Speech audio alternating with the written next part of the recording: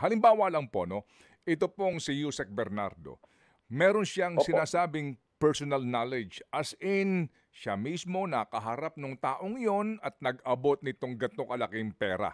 Itong isa naman, sinasabing ako mismo naghatid ng pera sa taong ito.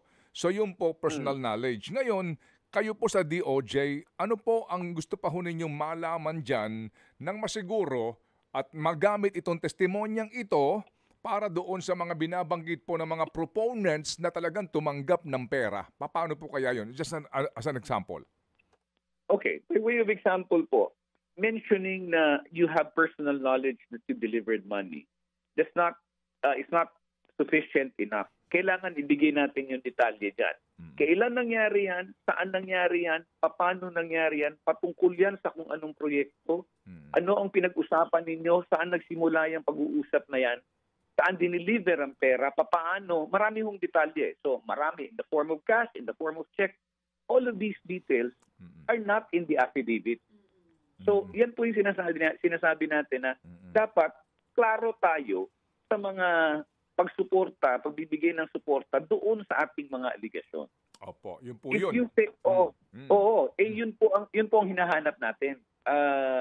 Ang hindi ko ibig sabihin na nagbigay ng affidavit, right there and then, makakapag-decide ang department, tanggap ka na.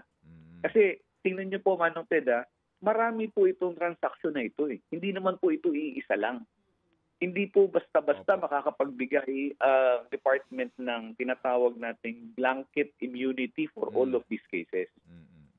Opo. Pero pwede ho naman din sigurong magkaroon po ng ikangay bargaining ang isang dating district engineer o dating USEC na hindi man ako maging state witness, mabawas-bawasan lang yung kaso ko na kakaharapin, pero lubos ako makikipagtulungan sa mga detalye na hinihingi ninyo. Pwede pong gano'n, Manong Ted. Pwede pong gano'n. Meron pong iba na nagpahiwatig na kami, inaamin naman namin na kami may pagkakasala dito. No? Pero alam nyo, iba ho yan, Manong Ted, hanggat hindi ho na ilalagay sa black and white. At yan po ang pagbabasihan ng Memorandum of Agreement kung tatanggapin man na state witness.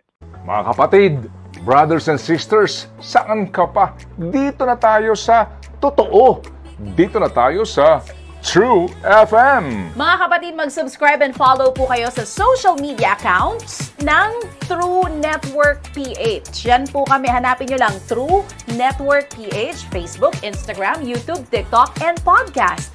Mapa Apple or Spotify man yan, mahahanap nyo kami. Lahat ng mga napapanood at napapakinggan nyo po sa programa, nasa social media accounts namin yan. So, paano mga kapatid? See you sa social media! Dito tayo.